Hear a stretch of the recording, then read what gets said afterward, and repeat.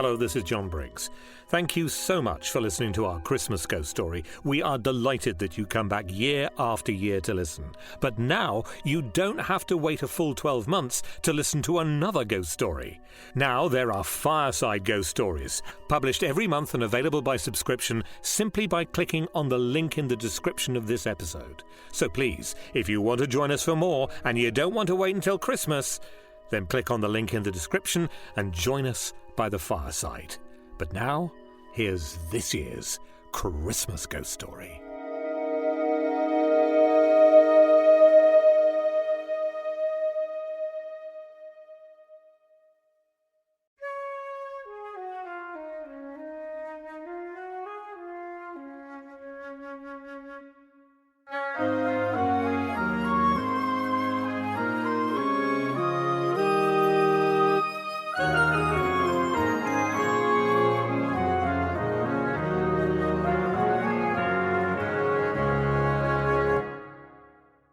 Good evening, and welcome once again to our Christmas gathering in the Half-Light. I am so delighted that you have chosen to return. Outside, the streets may be strung with tinsel and electric cheer, but here, for a little while, we're going back to an older kind of Christmas. The Christmas of flickering candle flames, long shadows, and stories told in low voices when the clock is edging towards midnight. Tonight's tale is a Victorian ghost story of the old school. A house in the country, a melancholy widow, a snowbound church, and a set of bells that do not always wait for mortal hands. It is a story of conscience and consequence, of a father who loved too late, and of a child whose voice lingers in the metal of the bells. So, wherever you are listening, dim the lights if you can, draw the curtains against the dark, and settle yourself by whatever passes for a fireside in your world. This is a truly original tale. The Bells of Marlowe House. Are you sitting uncomfortably? Then we shall begin.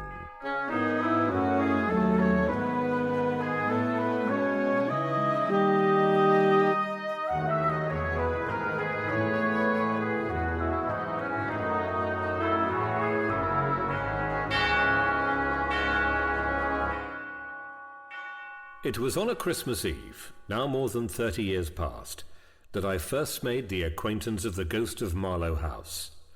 And although I have stood at many a deathbed, and seen, as we say, most of the ordinary faces of mortality, I confess that night remains the one occasion when my reason, my senses, and something deeper than either were put most sorely to the test. You must imagine, if you please, the smoking room of the Paragon Club. A comfortable chamber on the first floor, with long windows looking down into Pall Mall. A fire that glows like the heart of some satisfied dragon, and more leather armchairs than there are reputable reasons for remaining in town at Christmas. It was there, one raw December evening, that the talk, as it will, fell upon ghosts. Graham of the Foreign Office assured us that no respectable spectre would deign to appear in the 19th century, the age of steam and sanitation.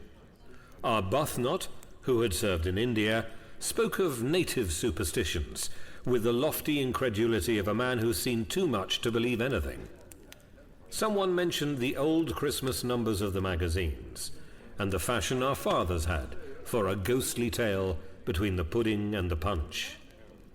"And you, Marsh," said Graham, turning his owl-like gaze upon me.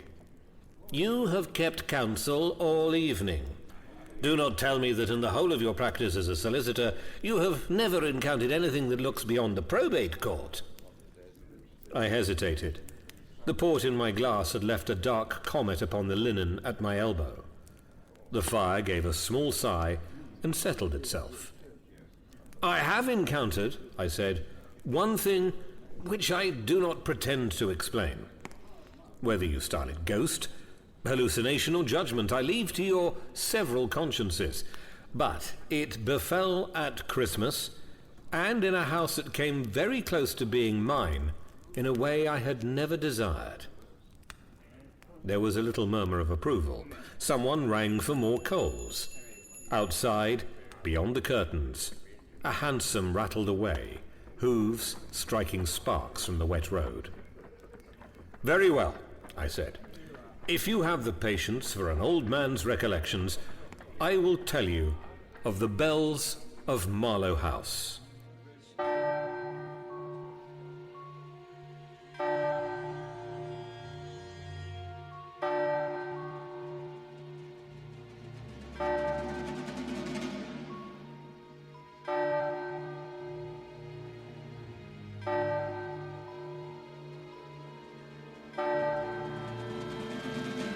At the time of which I speak, I was 27 years of age, newly taken into partnership in the modest city firm of Denham and Marsh.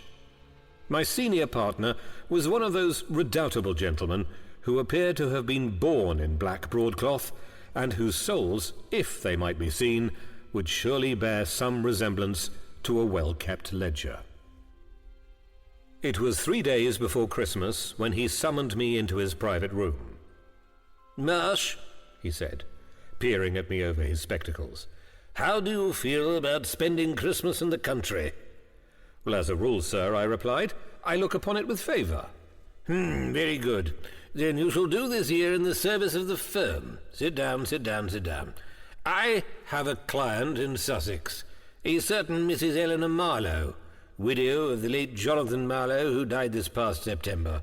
You may recall the affair. Marlowe and Co., ironmongers and warehousemen, considerable fortune, no direct heirs. I murmured that I remembered something of it. Precisely. Now, before his decease, Mr. Marlowe made what I can only describe as a peculiar codicil to his will, which I prepared at his insistence. It provides that should certain circumstances arise on the Christmas Eve immediately following his death, the dispositions of the estate are to be altered in a manner highly improbable and, in my view, absurd. Nevertheless, the document is properly executed, and it falls to us to ascertain whether these circumstances have, in fact, occurred. You will travel down to Marlowe House on the afternoon train on the 24th, and you will remain there until Christmas morning. You speak in riddles, sir, I said. What circumstances? Denham pushed his spectacles higher and looked, if possible, still grimmer. The codicil stipulates, he said. Each word dropped like an iron weight. That if, between the stroke of 11 and the stroke of midnight on Christmas Eve, the bells of St. Michael's Marlowe Parva shall ring out the tune of the hymn, There is a Land of Pure Delight, without the intervention of any visible ringer, then the estate of the deceased shall pass not, as in the principal will, to his sister, Mrs. Gwendolen Hart, but to one Thomas Finch, sometime clerk in the employ of Marlowe and Co., and now an inmate of the Shoreditch workhouse. That is unusual, I said. Grotesque, said Denham shortly. The man Finch was dismissed years ago for suspected dishonesty. Nevertheless, the testator would have it so. You will understand that Mrs. Hart is not aware of this codicil. The widow Mrs. Marlowe is. She was present when it was executed, and regards it as a piece of what she terms nonsense. She has written expressing the hope that the firm will send a representative, if only, she says, to set poor Jonathan's mind at rest in whatever world he now inhabits. You will be that representative. You expect, sir, that nothing will occur? I expect, he said, that you will pass a quiet evening. Note that the bells have remained decorously silent and return the next day by the morning train. You will then witness the formal reading of the will. In the highly improbable event that anything untoward should happen, you will exercise your judgment and report to me. That is all. He shuffled a packet of papers towards me. Among them, neatly folded and sealed with the late Mr. Marlowe's crest, was the codicil itself. You will take these with you, said Denham, and Marsh, Yes, sir. You are a sensible young man. Do not allow the country air nor any sentimental associations of the season to disturb that sensibility. Ghosts do not alter the disposition of estates. I shall remember it, I said.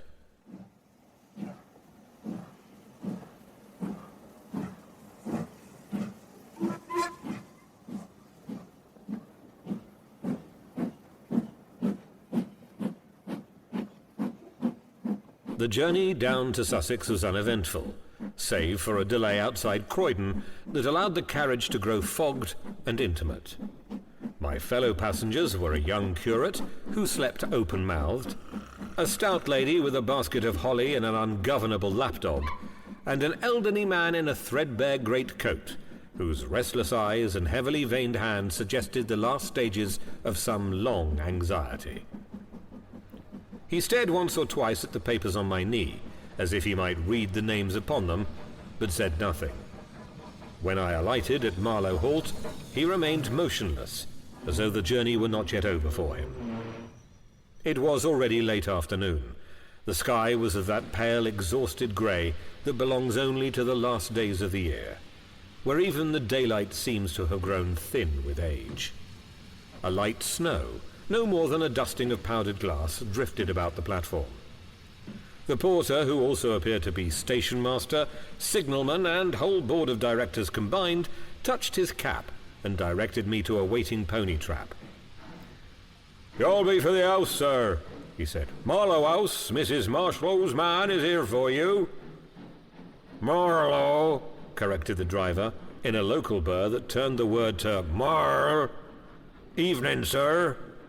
I climbed up beside him, and we set off along a lane where the hedges were already whitening at the tips. "A busy time for you, I imagine," I said, by way of civility. "Church full as an egg tomorrow," he replied. "Though not like when the old master were alive. He'd have the bells going off the night Christmas Eve. Fair shook the snow off the roofs, they did. You'll hear 'em well enough up at the house if you're staying over." "I am," I said. "Tell me, do they ring for practice on Christmas Eve?" He gave me a sidelong glance, his breath a faint cloud in the chill air. "Not since it happened," he said, in a lower tone. "Since what happened?" He flicked the pony's ear, as if he regretted having spoken so freely. "Begging your pardon, sir. Local talk you'd best ask at the house." Before I could press him further, we turned a corner, and Marlowe House came into view.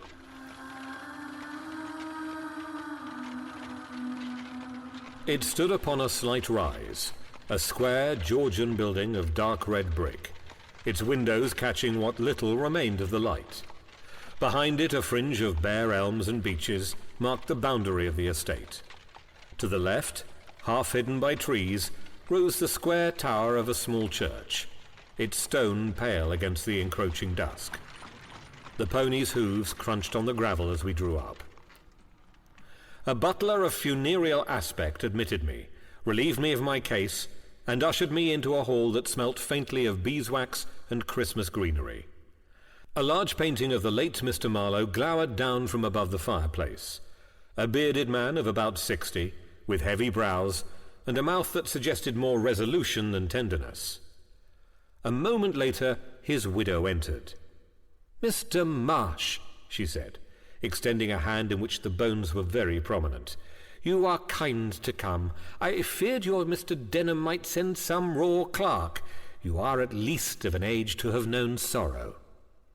I bowed and murmured the usual condolences. Mrs. Eleanor Marlowe was perhaps 45, still handsome in a severe fashion, with dark hair drawn back plainly from a face that might have been carved from pale, fine marble. She wore no black, only a gown of deep mourning grey, and at her throat a small cross of jet. "You will be tired," she said. "I shall not trouble you unduly this afternoon. You will take some tea, and afterwards I will show you the room that has been prepared. We dine at 7. My sister-in-law, Mrs. Hart, has not yet arrived from London. I doubt she will welcome your presence, but that cannot be helped. She is practical to a fault." "I am here merely as an observer," I said. "Such are my instructions." Her lips twitched in what might have been a smile. "Of what, I wonder?" she said. "Come, let us have tea first. Ghosts sit more easily on a man when his fingers are round a warm cup."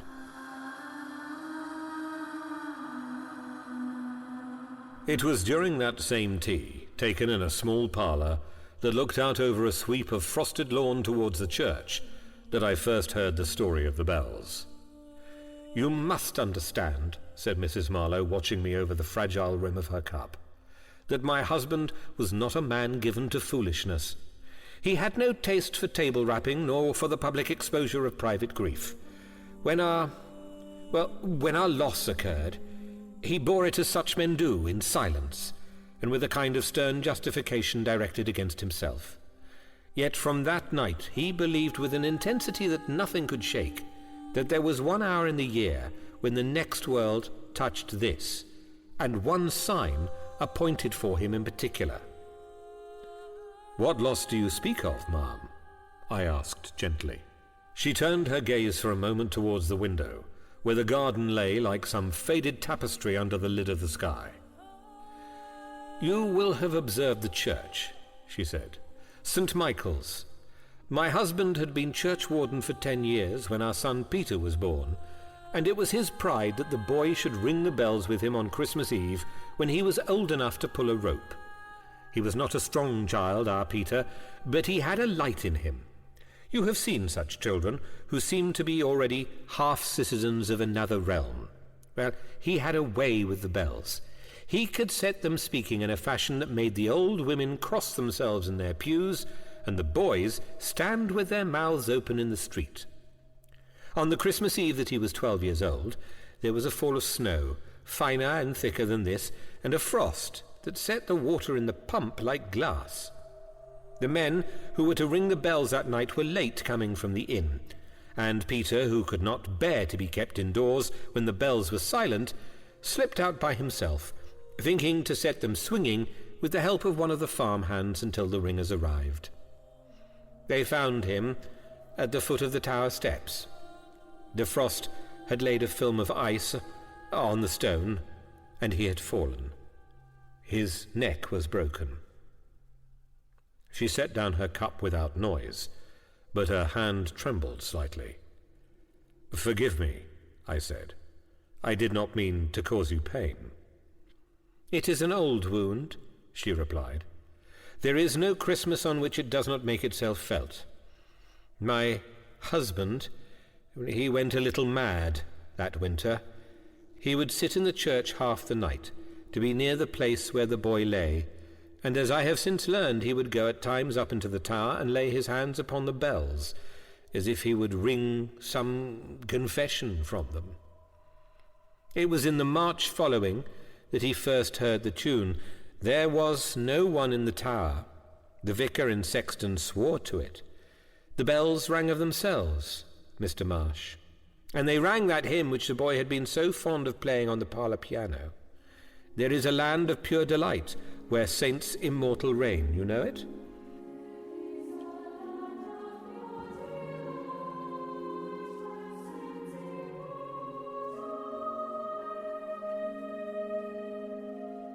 "I know it," I said. "And your husband was alone when he heard this?" "He and our old housekeeper, Mrs. Bragg. She had gone to the kitchen window to shake out crumbs for the birds. She said afterwards that the sound came floating over the snow like the voice of a child singing in a dream. Others in the village heard it too. From that time forth Jonathan was convinced that every Christmas Eve, if he sat in the church between 11 and midnight, the bells would ring again, and that it was our son calling to him from a place where there are no accidents and no grief." "And did they?" "Twice," she said, and her voice had in it a note that I could not quite decipher. "The first year after his death, and again the next. After that there was silence. My husband grew more withdrawn. He felt, I think, that he had been judged unworthy of his son's grace. When he came to make his last will, he added that codicil of which Mr. Denham has informed you, setting the ringing of the bells as a sign not of his salvation, but of the distribution of his worldly goods. Why? I asked. Why should he choose as his beneficiary this man Finch, against whom he once held suspicion? She regarded me with a curious expression. That, she said slowly, is a question you must put to himself, if he chooses to answer it. He left no explanation with me. Only this, that if the bells should ring again as they did before, he would see it as proof that there is mercy beyond the grave, and that mercy should then be shown to one whom he had judged too harshly in life. She rose abruptly. But I keep you with tales when you are cold from your journey. You will wish to see your room, and later, if you have leisure, I will show you the path to the church. It is but a few minutes from the house.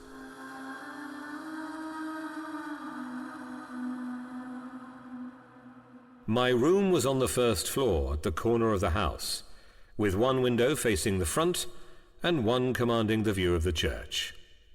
As I stood there, unpacked, and made such small arrangements as a bachelor traveller makes, I heard the distant rumble of carriage wheels and the shrill, commanding tones of a woman of a certain age. Mrs. Hart had arrived. She presented herself at dinner, a stout lady of 50 with sharp black eyes, a hatchet of a nose, and a manner that would have overawed a committee of the house. She surveyed me with the air of one taking stock of an unwanted heirloom. "So, you are the lawyer," she said, when we were introduced. "I trust you have not come to complicate matters, Mr. Marsh. My brother's affairs are, I understand, in good order." "Entirely so," I said. "I am here merely to discharge a formal duty." "Formal nonsense," she sniffed. "Eleanor, I do not know why you encourage such things. Bless my soul, we are none of us children to go running after phantom bells. Jonathan was a good man, but he had his whims. We humour the dead when we bury them decently and say our prayers. Anything more is superstition." "You are at liberty to remain by the fire, Gwendolen," said Mrs. Marlowe with a quiet firmness that surprised me. "No one compels you to attend the church tonight. Mr. Marsh, you have eaten nothing. Is cook's roast goose not to your liking?" On the contrary, the dinner was excellent, and I did justice to it. Yet under the warm lamplight, with the smell of cloves and roasted chestnuts drifting in from the kitchen, I confess my thoughts strayed more than once to the low, square tower of St. Michael's, now a darker shape against the sky. At the end of the meal, when the pudding had appeared in its brave, plumaged blaze and been consumed, Mrs. Marlowe rose. "It is 10:30, she said. "Mr. Marsh, if you still wish to undertake your, what shall we call it, your professional vigil, I am ready to accompany you as far as the churchyard gate. Mrs. Hart will remain with the fire and the decanter." "I shall do no such thing," retorted that lady. "If you choose to traipse about in the cold, Eleanor, with this young messenger of the law, you must not expect me to follow you. I have no intention of catching my death in order to listen for a sound that will not come." "As you please," said her sister-in-law. "We shall bid you good night here, then. Mr. Marsh." I took my greatcoat, and we stepped out into the night.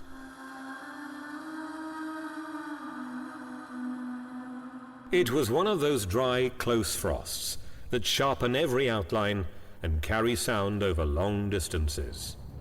The snow had ceased. The sky was a depthless black, hung low with stars that looked like the heads of small nails driven into a lid. Our breath smoked on the air as we walked. The path ran from the back of the house through a small shrubbery under a leafless arch of climbing roses, and across a meadow that now glimmered faintly like the skin of some sleeping creature. St. Michael's stood upon a slight knoll, its gravestones emerging here and there from the snow like the teeth of a comb. A single lantern burned in the porch. At the lich gate, Mrs. Marlowe stopped. "I shall not come further," she said. "My presence can make no difference. The vicar is expecting you. He's a nervous man and will be glad of company. You will be careful on the tower steps. They should have been mended years ago. I could not persuade Jonathan." "And you, ma'am?" I asked. "Will you be alone?" She smiled faintly. "I am never wholly alone on Christmas Eve," she said, "but Mrs. Bragg will sit up with me in the parlour, and if anything occurs, if you should need help—" "I will come straight to the house," I said. "You have my word." "Then I wish you a fruitful vigil, Mr. Marsh. Remember, whatever you hear or do not hear, you are dealing with a man's conscience, not with magic. Good night." The snow creaked under her boots as she turned away. For a moment her tall figure, wrapped in a dark cloak, moved like a shadow against the paler ground. Then she was gone among the trees, and I stood alone. The church door opened at my approach, and the Reverend Mr. Larkin, a small clergyman with spectacles and an anxious Adam's apple, emerged with the lantern. "Mr. Marsh?" Yes. Denham and Marsh, I think Mrs. Marlowe said. Very good, very proper." He extended a hand that was quite cold. "You find us in a state of low temperature but high expectation.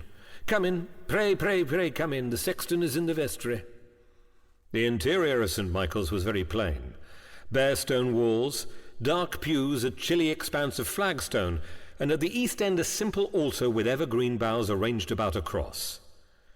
The air smelt of damp stone and old sermons. Somewhere a mouse rustled. The lantern's glow barely reached the edges of the shadows. "I do not say that I expect anything," said Mr. Larkin hurriedly, as we proceeded up the aisle. "Indeed, I should be a poor shepherd of souls if I allowed my flock to attribute such powers to mere metal and wood. Yet it would be ungracious, perhaps, not to acknowledge, well, that strange things have occurred here before on this night, and in connection with those bells. Yes, strange, and not to be accounted for by draughts or rodents." "The bells rang without any ringer," I said. They rang," he replied, "with such sweetness and precision as might have satisfied a professional campanologist. Yet there was no one in the tower, and the ropes hung motionless. They seemed... the sound seemed to come from above, from the bells themselves, as if some invisible hand had set them going. The sexton and I have both heard it, so too, I regret to say, has Mrs. Marlowe." "And what of this evening?" I asked. "Have you any reason to suppose—" No, he interrupted quickly. None at all, and yet, you will forgive me, Mr. Marsh, but I have taken the liberty of locking the belfry door and placing the key in my own pocket. It is a purely practical measure. You understand? There are lads in the village who might, in a spirit of mischief, seek to play some trick tonight, knowing of your presence and of the late Mr. Marlowe's peculiar provision." "You have done quite right," I said. The sexton, a leathery man whose age might be anywhere between 50 and 100, emerged from the vestry to inform us, with expressionless relish, that it was 15 minutes to 11. He had placed a chair for me near the front of the nave, from which I could see the tower arch where the bell ropes hung like a cluster of pale snakes in the gloom. Mr. Larkin proposed that we should remain together in the body of the church, and I readily agreed. So we waited. The silence within was so complete that after a time I began to distinguish the several notes in it. The faint hum of the lantern, the almost imperceptible settling and cracking of old timbers, the soft tick of the vicar's watch as he consulted it nervously every few minutes. Outside, the world was narrowed to an occasional far-off bark or the muffled report of a door closing somewhere in the village.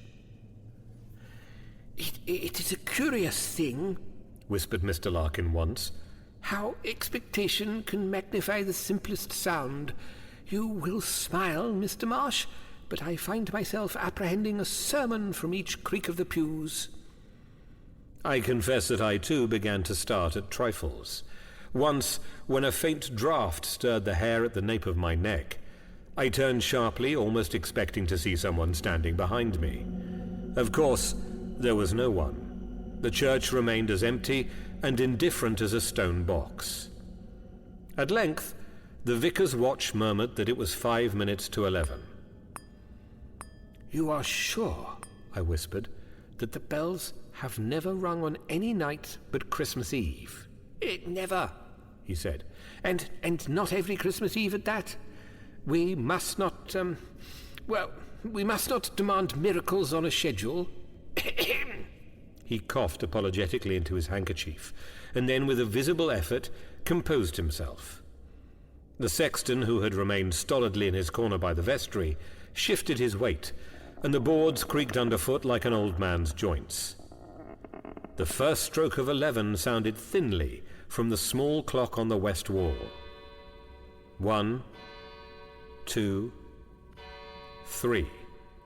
The sound spread out through the church like ripples on a black pond, and died away. "Whatever occurs," said Mr. Larkin very low, "we will bear in mind that we are in a place dedicated to God, and that nothing can happen here beyond His permission." I think he spoke as much for his own comfort as for mine. The minutes crawled. It is astonishing how long 60 seconds can appear when one is listening for an event that may or may not occur. I found myself counting my own heartbeats in the intervals, as if they might fill the silence with some less oppressive measure.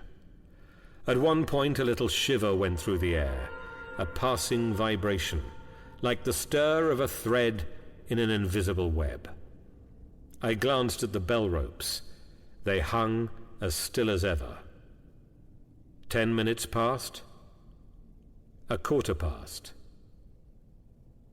20 past.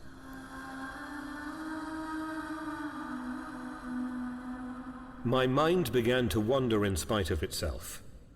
I thought of Mrs. Hart dozing by the fire, with a glass of port at her elbow, of Mrs. Marlowe and the old housekeeper, sitting in the parlour with the curtains drawn, listening. I thought of the man Thomas Finch in his workhouse bed in London, quite ignorant that his fortunes might even now be hanging upon the silence of country bells. It was, I think, at 25 minutes to 12 that the first change occurred. It was not a sound at first, but a sensation, a tightening of the air, as when a storm is gathering. The hair on my arms prickled beneath my coat. Mr. Larkin drew in his breath with a faint hiss. "Do you feel that?" he whispered. I nodded. A moment later, from above our heads, there came the softest of metallic tremors, a faint, questioning jingle, as if someone far away had touched a glass with a nail. The sexton straightened, his face suddenly alert. The vicar half rose from his chair. "Stay where you are," I said more sharply than I intended. "You said yourself, the door is locked." He sat, clutching the arms of his seat. The tremor came again, a little stronger, resolving itself now into something that could be called a note, and then another, and then a third. They were hesitant at first, like the fumbling of a child's fingers upon keys. "Good Lord, preserve us," whispered the sexton. The sound swelled. The empty air above us began to vibrate with it. Slowly, as if some unseen hand were drawing back a veil between one world and another, the notes gathered into a phrase. I knew that phrase. I had sung it as a boy in a dozen parishes. There is a land of pure delight.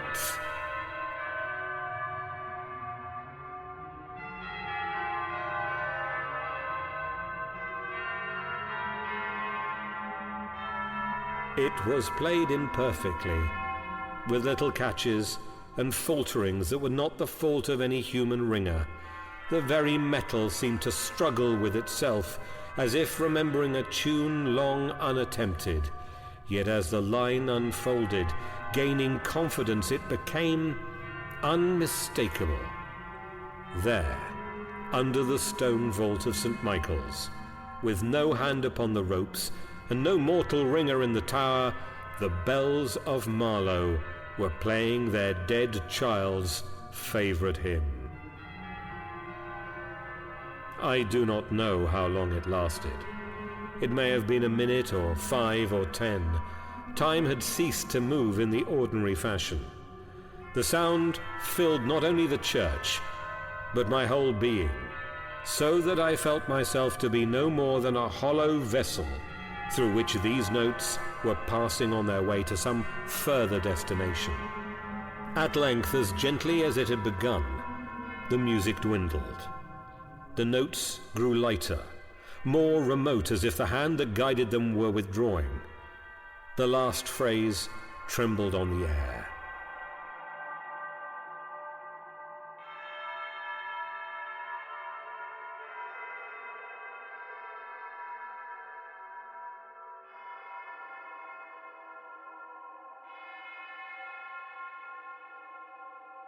And faded into a silence that seemed by contrast almost deafening.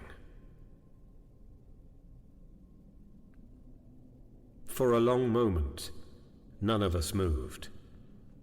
Then the sexton, with the jerkiness of a man waking from a dream, lurched to his feet. "Not I," he said hoarsely, as if answering some unspoken accusation. "Not I. Keys in the vicar's pocket. I never touched them." "No one has touched them," said Mr. Larkin, looking down at his own hand where the keys lay cold and heavy. "That much is certain, Mr. Marsh. You heard it?" "I heard it," I said, my voice sounding strange to my own ears. "Then," he said slowly, "in so far as the law of England acknowledges what has just occurred, you must be the law's witness."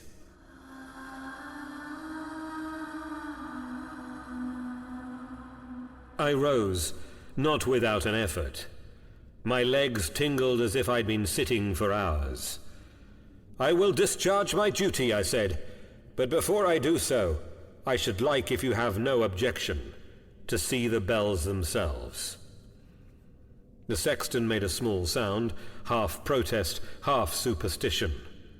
"The steps is bad," he muttered. "Slippery this weather. 'Twas there the boy fell." "All the more reason that we should take care," I said. "Bring the lantern, Mr. Larkin, if you please." He hesitated only a second, and then nodded with the courage of a man who has faced smaller fears in the pulpit and will not be outdone by larger ones in his own church. "Very well," he said. "We will go together."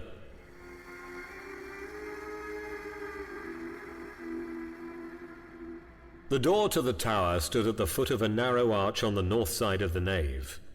The vicar drew from his pocket a large iron key, fumbled it once at the lock, then steadied his hand and turned it. The door creaked open upon a darkness that smelt of dust, old wood, and more recent tang of winter air. The steps were indeed treacherous, worn stone with a thin glaze of rime in the places where the frost had crept in. Mr. Larkin went first with the lantern. I followed, and the sexton brought up the rear, muttering something that may have been a prayer or an imprecation. The ascent seemed longer than the tower looked from without. At one point the stair curved round a narrow window, smudged with the breath of the night. I glimpsed through its crusted glass the faint outline of Marlowe House, a pattern of yellow squares in the dark. At last we reached the ringing chamber, a bare circular room lit only by the lantern and pierced by the dark openings of the bell hatches above. The ropes hung down in a cluster, their tawny strands pale in the lantern light, their sally grips worn smooth by generations of hands. They were quite motionless. "There now," said the sexton stubbornly. "I told you, no mortal had had hold of them." I laid my hand upon one rope. It felt only like old hemp, cold and fibrous. There was no lingering vibration in it. Mr. Larkin, holding the lantern higher, peered up into the gloom. "Nothing," he said. "Nothing at all. Unless—" He faltered. "Unless what?" I asked. Unless you count that."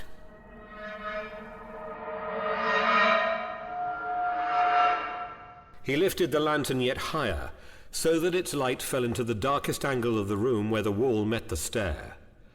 There, in a little drifted corner of dust, I saw something that made my heart give an unreasonable leap. It was no more than a print, a mark in the dust, no larger than the impression of a child's bare foot. I bent down to examine it. It was not precise, as prints made in sand or mud might be, but there was no mistaking the shape. The rounded heel, the slight arch, the delicate spread of the toes. Beside it was another, as if a second step had been taken, and then nothing. "There's no child goes up here," muttered the sexton. "Not these 10 years. 'Tisn't safe. No barefoot children in church neither this weather." "Rats!" said Mr. Larkin abruptly, his voice pitched a shade too high. "Oh, some trick of the dust, Mr. Marsh. We must not allow fancy to embellish what we've already witnessed. The bells have rung. That is fact enough for one night." "You're right," I said. "We will not give the newspapers more than they can digest. Shall we go down?" We descended in silence. At the foot of the tower the vicar locked the door yet again and pocketed the key, as if he feared the bells might be tempted to some further liberty. "It wants but 5 minutes of midnight," he said, consulting his watch once more. "You have heard what you came to hear, Mr. Marsh. Will you return now to the house?" "I will," I said, "and thank you, Mr. Larkin, for your assistance. You have been a most scrupulous witness." He nodded gravely. "I shall make a note in the parish register," he murmured, "that on this night the bells rang of themselves. Not as a matter of doctrine, you understand, but as a matter of history. Good night, Mr. Marsh, and God be with you." "And with you," I replied. The sexton let me out by the south door. The cold struck my face like a hand. The stars had wheeled a little lower, and a faint paling in the east suggested that dawn was already somewhere preparing its papers. In the direction of the house, I could see one lighted window on the ground floor. I guessed it to be the parlour. As I crossed the meadow, the snow squeaked under my boots. The tune of the hymn still rang somewhere at the back of my mind, as if it had been etched not only upon my hearing, but on the very substance of thought. Their everlasting spring abides.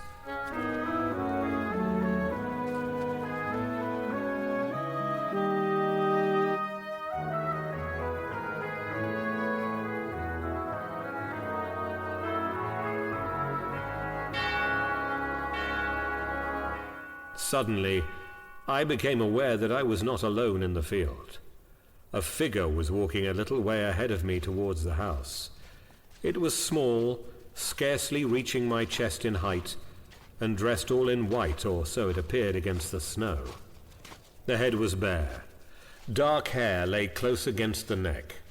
The figure walked lightly, leaving a trail of small footprints that pitted the surface of the snow like the pattern of a bird. "Hello!" I called, more to assure myself of my own courage than from any expectation of an answer. "Who goes there?" The figure did not turn. It continued to move towards the house with the same steady, unhurried pace. A strong, irrational impulse to overtake it seized me. I quickened my steps, then broke into a run, and the distance between us narrowed. The footprints were quite clear now, small, bare, and unmistakably human. "Child!" I cried. "You will freeze in this cold! Who are you?" I was within arm's reach. I put out my hand, and in that instant, without any transition that I can describe, the figure was no longer there. There was no flurry, no vanishing in a cloud of vapor. One moment I was stretching out my hand towards what I thought to be a solid form. The next my fingers closed on empty air. The snow before me lay smooth and unprinted, as if no foot had ever walked there. Behind me, when I turned, my own tracks stood out as the only disturbance on that white surface. I stood quite still, my breath coming fast. Then, from the direction of the house, there came the faint sound of a door opening. A voice called my name. "Mr. Marsh, is that you?" It was Mrs. Marlowe.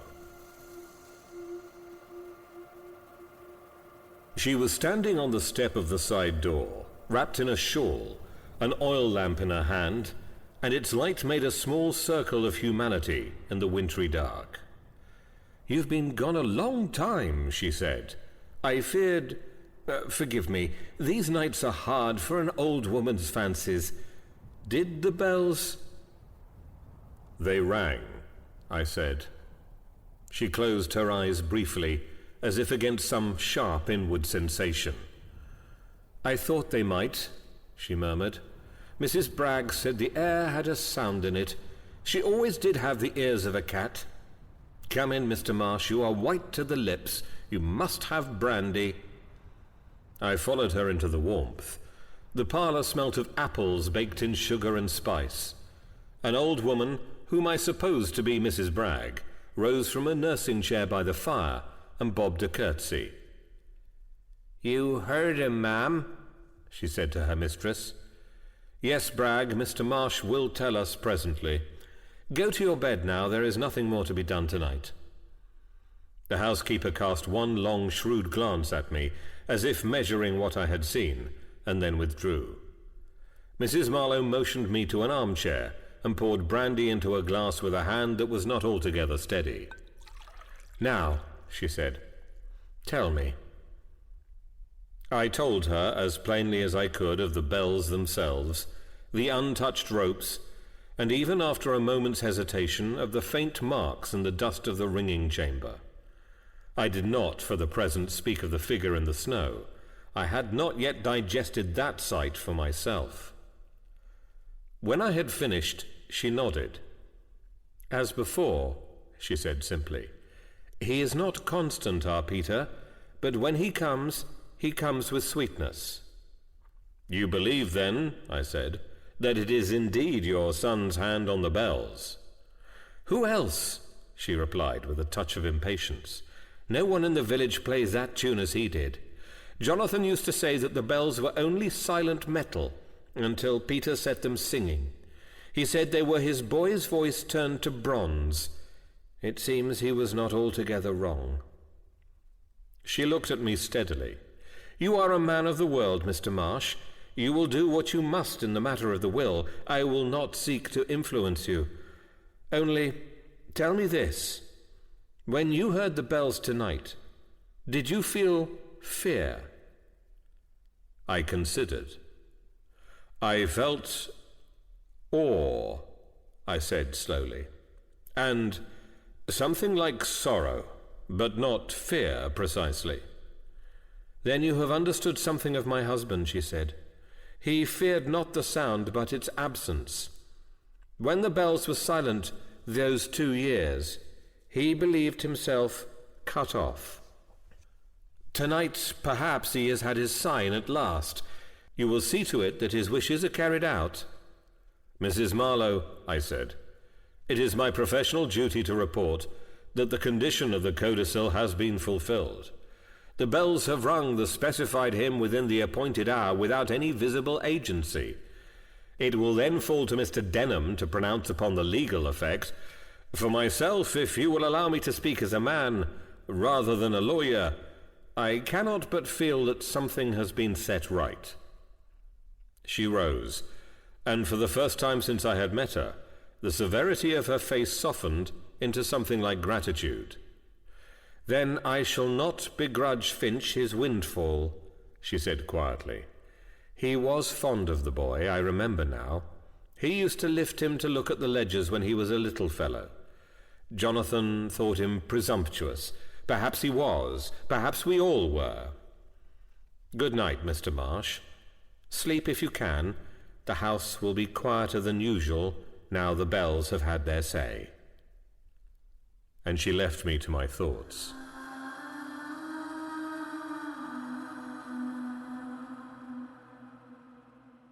You may suppose that after such an evening, sleep would be a stranger to me.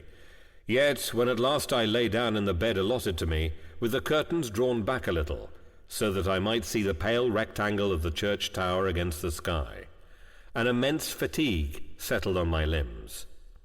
The tune of the hymn hummed faintly somewhere at the back of my consciousness, but it was like a lullaby now, not a summons.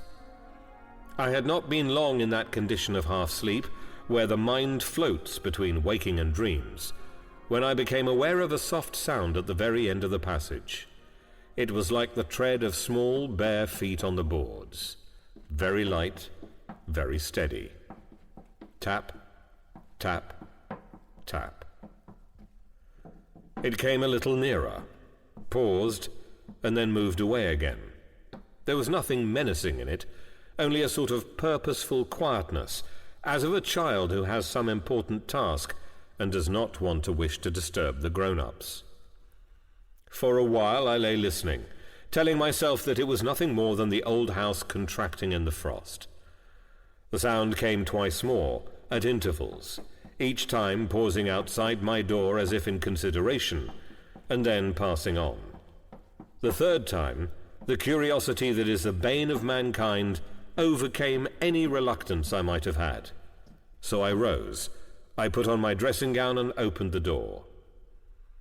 The corridor was dimly lit by a lamp burning low at the far end. The carpet, worn in the centre, was patterned with a design of faded roses. There was, of course, no one in sight.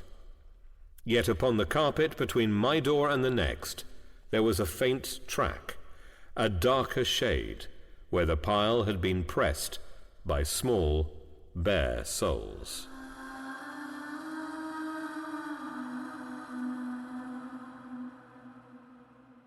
The air, too, had changed. It was not colder, as one might expect, but carried a faint scent that I remember suddenly from my own childhood.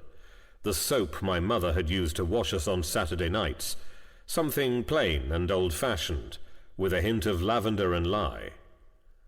The track led along the passage towards the staircase. I hesitated only a moment, and then followed.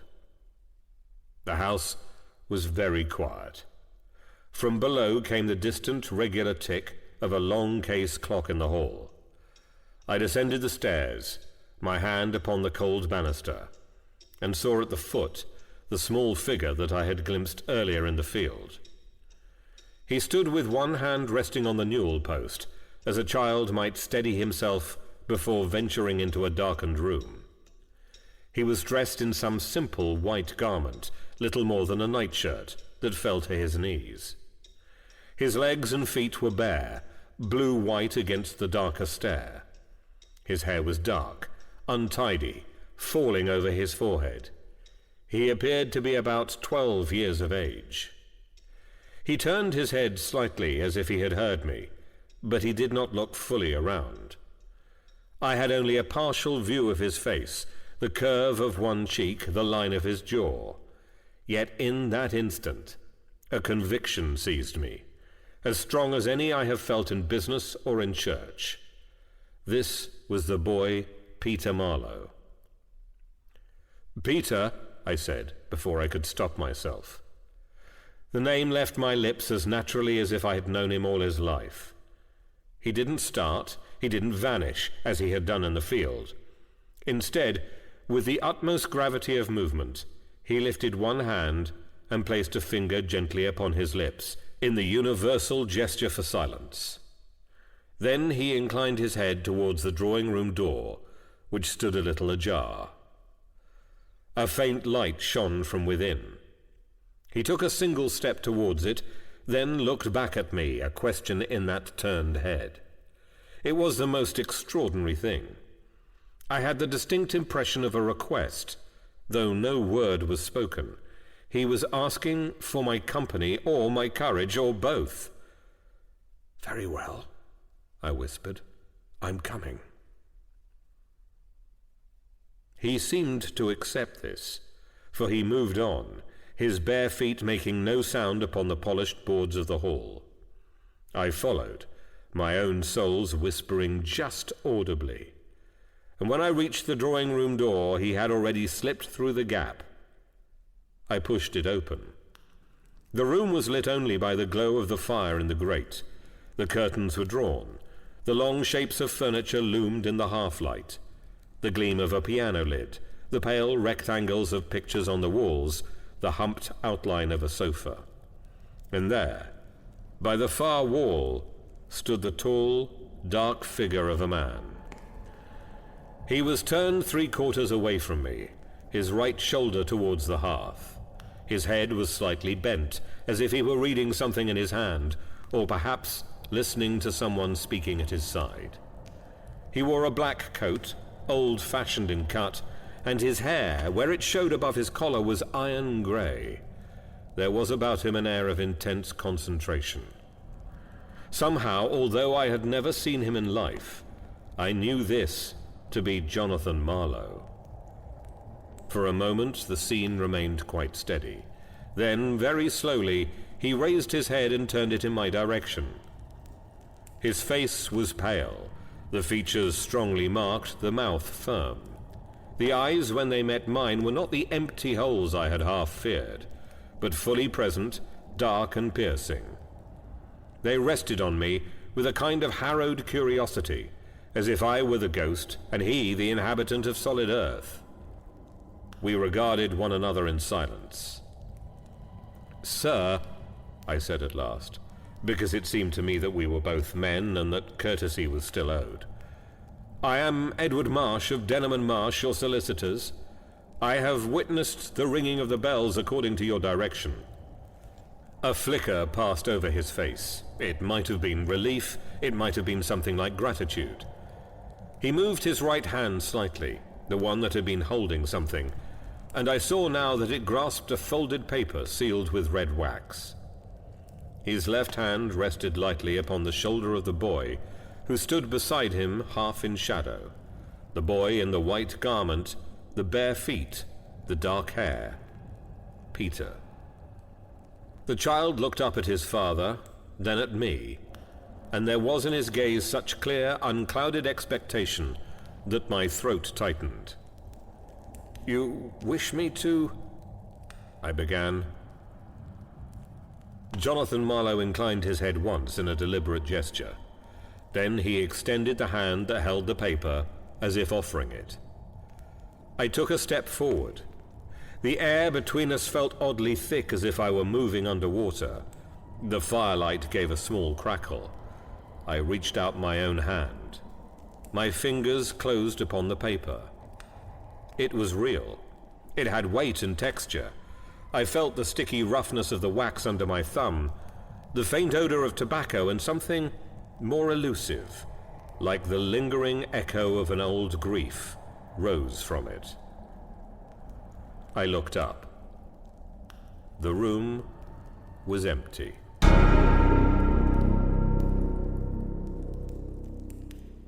The fire burned low. The curtains hung motionless. The shadows lay in their customary places. There was no tall figure by the wall, no child by his side. My own breathing sounded loud in my ears.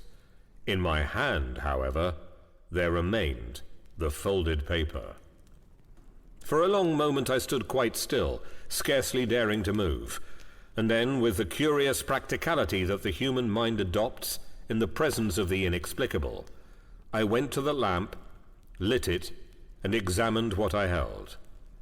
It was a letter addressed in a firm hand. To be placed in the keeping of my solicitors, and opened only if the bells of St. Michael's shall ring of their own accord on Christmas Eve. J. Marlowe. The seal was unbroken.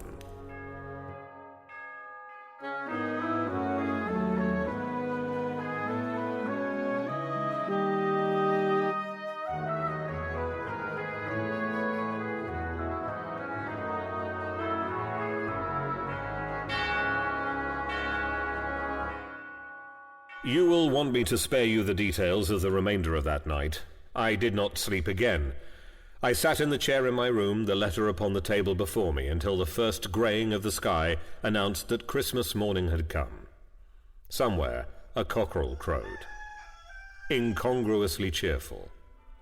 The church bells, this time rung by mortal hands, began to peal for the early service. At 8 o'clock a maid knocked on my door with hot water. At 9 I presented myself in the breakfast room, where Mrs. Hart was already embarked upon a plate of ham and eggs, and Mrs. Marlowe sat with her hands folded upon the table, untouched toast at her elbow. "You look pale, Mr. Marsh," said Mrs. Hart brusquely. "You see, Eleanor, what comes of encouraging young men to gad about churches at unreasonable hours. I trust at least you have satisfied yourself that nothing untoward occurred?" "On the contrary, ma'am," I said. "The bells rang, and I have further business which I must lay before you both at once." Mrs. Hart snorted. "Rang, did they? Ha ha! I suspect our good vicar had a hand in that, whatever he may say. Well, well, well, I do not suppose it will affect the will in any case. Jonathan was particular, but not mad. Pass me the salt, Eleanor." "The bells did ring, Gwendolen," said Mrs. Marlowe quietly. "I heard them also. Mr. Marsh is not a man to be lightly accused of falsehood. What further business is this, sir?" I placed the letter upon the table in front of them. "You will see," I said, "that the superscription is in Mr. Marlowe's hand. It appears that he prepared, some time before his death, an instruction to be opened only in the event which has now occurred. As his solicitor's representative, I am bound to read it in your presence." Mrs. Hart's eyes narrowed. "A posthumous theatricality," she said. "Very well. Read, and let us be done." I broke the seal. The letter within was short. I reproduce it here from memory, but I believe the words to be exact. "To my executors, and to whom it may concern. If you are reading this, then the bells of St. Michael's have rung on Christmas Eve without mortal hand, as they did in the years following the death of my son. I take this as a sign that there is yet mercy for me, and that an injustice I did in life may be repaired in death. Some years since, I dismissed from my employ one Thomas Finch on suspicion of theft. I did so in anger and without sufficient proof. Later I learned that the loss which I had laid to his account was the work of another clerk, who fled and was not taken. Pride prevented me from confessing this to Finch or restoring him to his post. When my boy died, I came to see that hardness of heart as part of the same sin which had cost me my child. I cannot bring back the dead, but I can make what amends lie in my power to the living. Therefore I have caused a codicil to my will to be drawn up, by which, if the sign of the bell shall be given once more at the Christmas following my death, the residue of my estate shall pass to the said Finch, in the hope that he may find his latter years more easy than his former, and that he may know I believed him innocent. If, on the other hand, the bells shall not ring, then I take it that my debt is not yet discharged, and the dispositions of my principal will shall stand. I commend my soul to God, my boy to his keeping, and my folly to your charity. Jonathan Marlowe." When I had finished, there was silence. Mrs. Hart's face had grown very red. She drummed her fingers upon the tablecloth. "So," she said at last, "so, my brother chooses from the grave to indulge in an act of quixotery at my expense and that of his widow. A workhouse fellow, no doubt a malingerer and a rogue, is to be enriched because Jonathan had a fit of conscience." "Gwendolen," said Mrs. Marlowe quietly, "did you not hear what he wrote? He wronged the man. He admits it." "People wrong one another every day," snapped Mrs. Hart. "If we were all to beggar ourselves to write every harsh word, we should be back in skins and leaves. Mr. Marsh, you cannot tell me that such a whim has the force of the law." "I can tell you, ma'am," I said, "that the codicil is properly drawn and witnessed. The condition upon which it depended has been fulfilled by testimony not only of myself, but of the vicar and the sexton.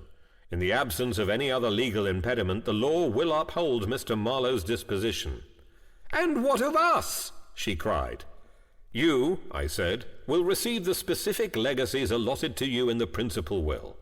The estate, it is true, passes to Finch. I am aware that this is a disappointment. But I must remind you that an estate is not a right but a gift. Mr. Marlowe chose to bestow that gift where he felt it would best repair his own past fault." She made a noise of disgust and pushed back her chair. "You will do as you please, both of you," she said, snatching up her napkin. "I have no mind to spend Christmas in a house where the dead are given more consideration than the living. I shall return to London by the noon train, Eleanor.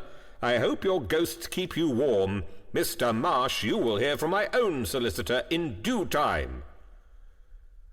She swept from the room in a flurry of offended bombazine, and when she'd gone, Mrs. Marlowe let out a breath that she seemed to have been holding for some time. "She is not a bad woman," she said, "only one who has never been poor. I have been poor, and I know the sound of a thin purse and a cold grate. I will not begrudge Finch his share of Jonathan's repentance. Will you arrange it, Mr. Marsh? Will you see that he is told gently?" "I will," I said. She rose. "Then there is one more thing," she said. "You have been honest with me, sir, so be so again. Last night, between the church and the house, did you see anything more?" I hesitated. "I saw," I said slowly, "a small figure walking ahead of me in the snow.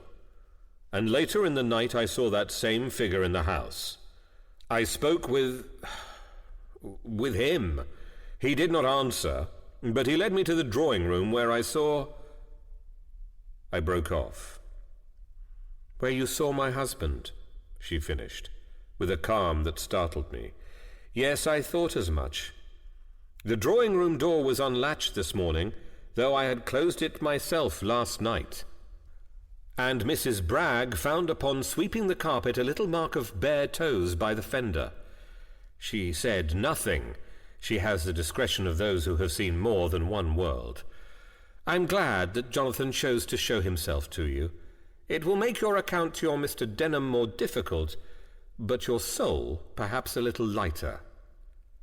"You believe, then—" "That he was permitted one more Christmas Eve under his own roof," she said simply, "to see that his wish was carried out, to stand once more with our boy at his side, in the house they both loved. Now after this, I think the bells will be silent. Their work is done." She held out her hand. "Thank you, Mr. Marsh," she said. "You have brought justice into my house at Christmas. There are worse gifts. Go back to your world of ledgers and laws, and remember sometimes that there is another court and another kind of reckoning." I kissed her hand as a son might, and took my leave.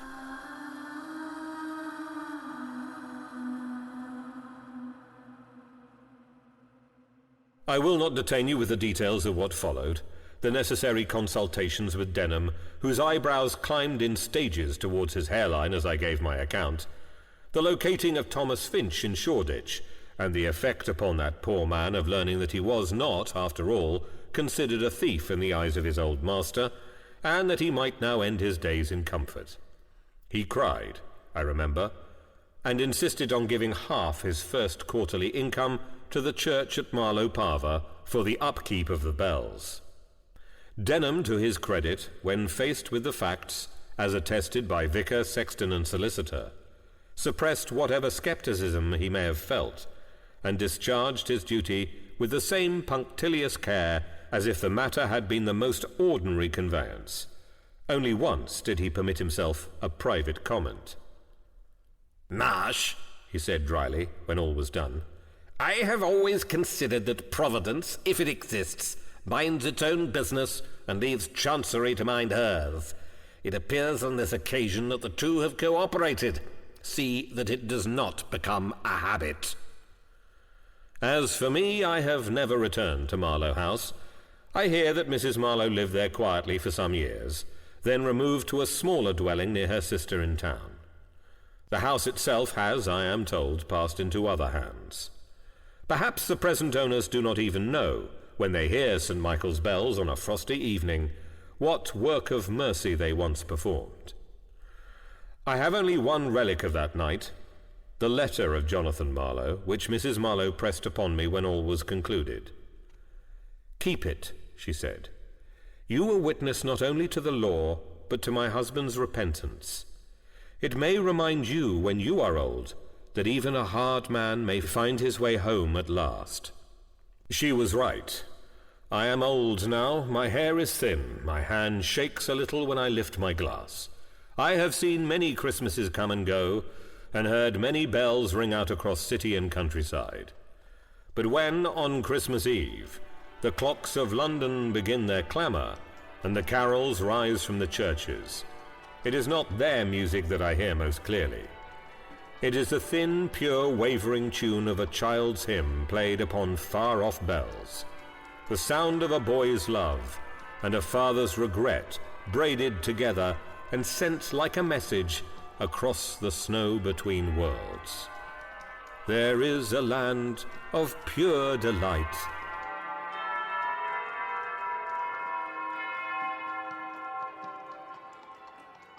So when men like Graham at the Paragon laugh and tell me that ghosts are for the credulous and the nursery, I smile and refill my glass. I will not argue with you, I say. Perhaps you are right, and I am but an old fool with a weak heart. Yet if you should ever find yourself on a winter's night, listening for a sound that may or may not come, I wish you the comfort of knowing that sometimes, just sometimes, the dead ring bells not to frighten us, but to set a crooked thing straight. And that, gentlemen, is my Christmas ghost story.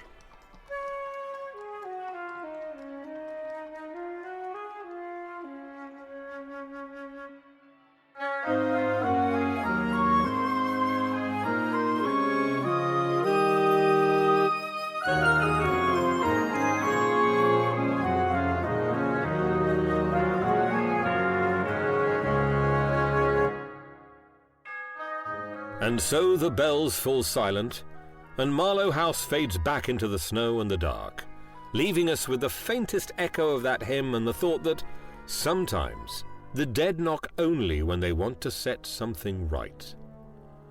At Christmas, we like to pretend that the past stays tidily in its own drawer.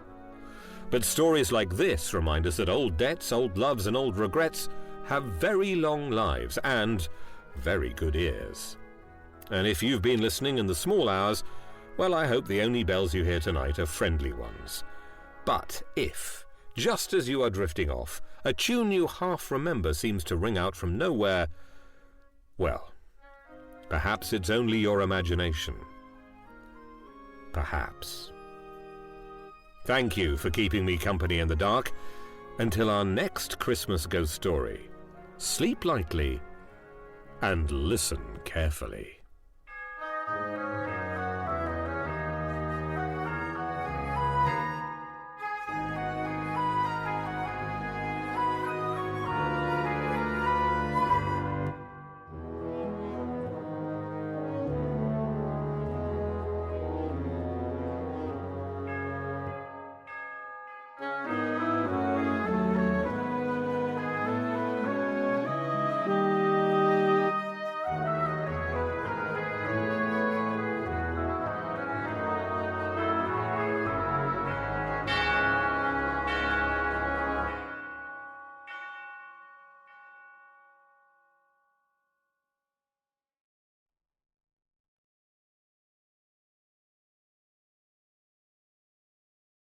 Did you enjoy that particular episode? Well, we do hope you did.